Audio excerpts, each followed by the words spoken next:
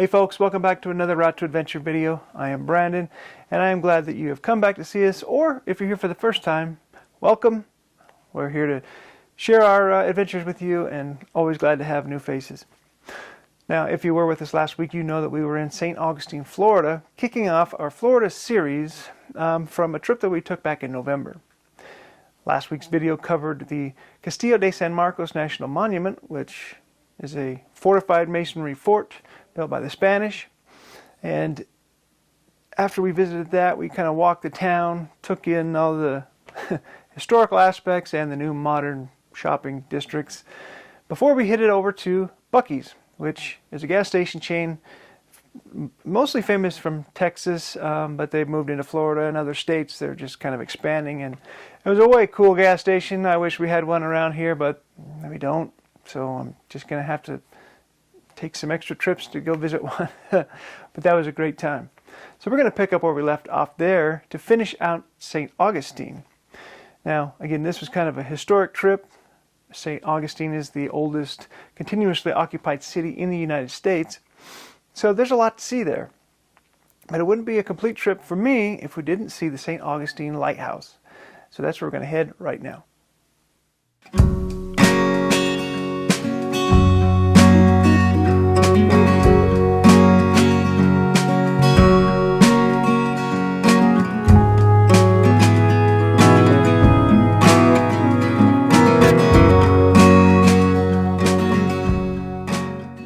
Now, I have been wanting to see this lighthouse since I learned about it way back in 2006. Back in 2006, a show called Ghost Hunters visited the lighthouse. They did a paranormal investigation there and caught some, I would say, amazing footage. So back then it was in a way exciting thing, and I've always been into kind of paranormal weird stuff because I'm a weirdo, but I loved it, and I knew that I had to go there someday just to visit it. I don't expect to go see anything. And spoiler alert, we didn't. But we did take in a lot of good history, and we got to see a cool lighthouse.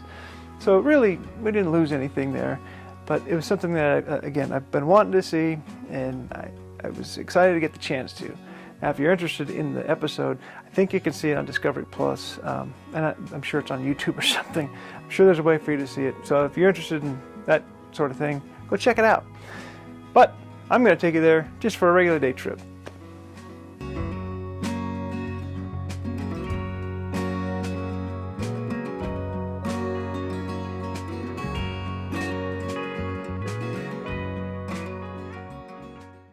Now, believe it or not, it took 3 years to build this lighthouse. And when you're there, yeah, it's a lighthouse, but it's really not that big. 3 years. Two factors that caused the problem. One, lack of manpower, and two, a lack of funds. Even today, you can't build a building without that, right? If you can't pay the guys, they're not going to work. And if you don't have the guys, it's going to take longer to do. So it did take a while, unfortunately, for them. Now, the tower stands 165 feet tall and has 219 stairs to climb. I did it in about 3 minutes nonstop. And I'm in pretty decent shape, but it'll get your legs burning. If you don't want to do that, there are 8 landings along the way where you can take a break. Also, that's a good place to let people pass because the stairs are only about shoulder width wide. Again, this wasn't meant to be a museum. This was a functioning lighthouse. So, you're not going to get too wide stairs in this one. And yeah, it's awesome up on top. You get a view like no other. I thought over at the fort you had a pretty cool view of town. No. Here you get to see everything. 165 feet up in the air. What do you expect? So, way cool. But they do shut down this tour, the ability to climb the tower, in a couple of conditions. One, in thunderstorms, lightning storms, they won't do that. If it's raining hard enough that the rain's coming in through the doors into the lighthouse, they'll shut it down as well. The other one is high winds. And we must have been just under that threshold because when we were up there, that wind was whipping. Microphones wouldn't do any good. All video that we shot up there has to be silenced because it was blowing. It was blowing hard. But it didn't take away from the view. It might have been more beautiful on a clear day with blue skies, but Either way, it was a heck of a view. You could see quite a ways, and well worth the climb.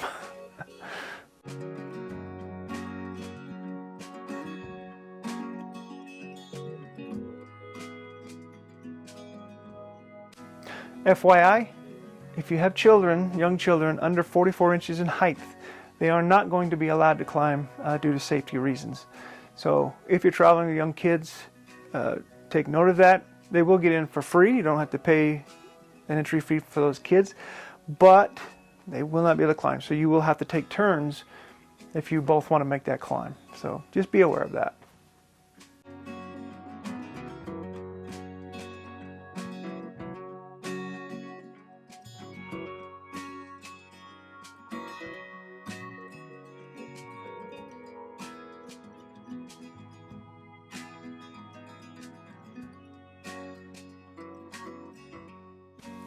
Now, after we made the climb back down, we checked out the living quarters and everything inside the building, where you get to see some of the artifacts that, the logbook, that was really cool. One of the lighthouse keepers' uniforms. There's literally only a couple of rooms in the actual lighthouse itself, but it gives you kind of an idea on what was stored there and what they did in there. There are also other buildings on the property, one of which is the original lightkeeper's house, which up to 3 families lived in that. The lightkeeper's house, you had the main family, like the senior lighthouse keeper, and then there was a first lieutenant or second in command, and then a third. And usually the first 2 families had they had kids, and they lived in this house. And the third guy was usually a young person and was single. But still, you could have up to 15 people in this house. Now, the original house had a fire inside of it, and the inside was restored.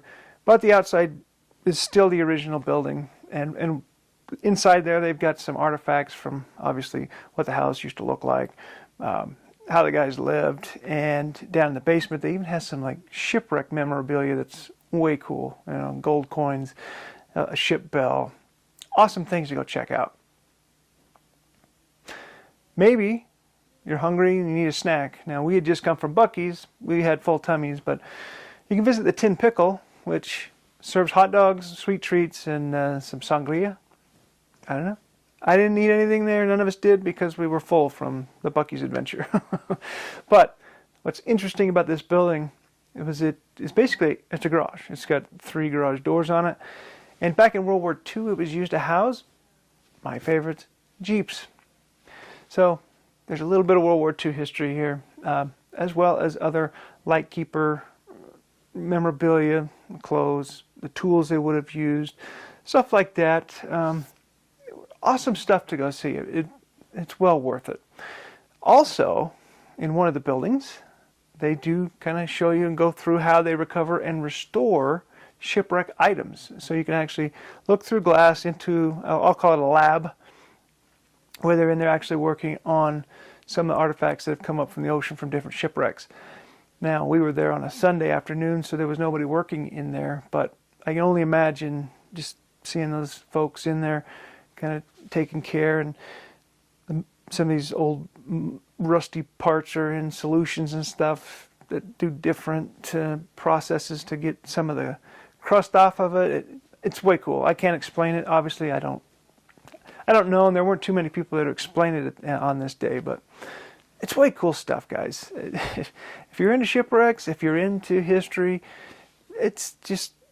I really enjoyed the Lighthouse. So even though I didn't get to see, any spooks or specters, I did get to see the history of it, which is more interesting anyway. It's realistic. I could also, if I so choose to, I can go back one day. They do guided ghost tours where they'll get in there and tell you all the ghost stories, the ghost history of the place, and take you up there at night and try and scare you. I don't know what they do, but it sounds like fun. So maybe one day I'll go back there and check it out. But if you're not looking for spooks or specters, maybe you're looking for history or just a way to spend a good afternoon in St. Augustine.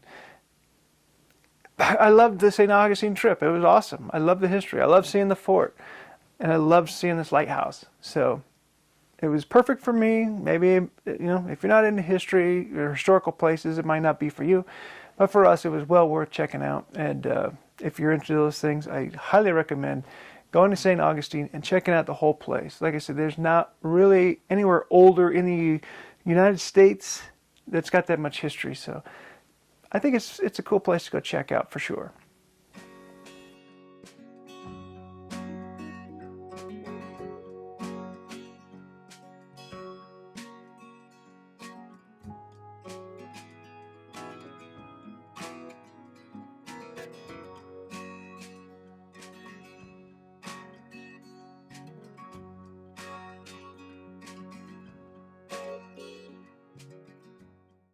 So that's going to do it for our St. Augustine portion of our trip.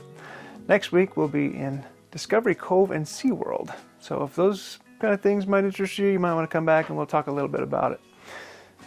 If you do like what we're doing here, please like and subscribe. Keep watching our videos, share them, and do the social media thing. We're on all the major platforms. And we always appreciate you guys sharing, spreading the word about what we're doing here, because we do enjoy it. It's fun, and you know, it doesn't do me any good to talk to myself into the camera, so I need a viewership. Anyway, either way, we appreciate you. Well, until we meet again, please have a safe, adventurous week.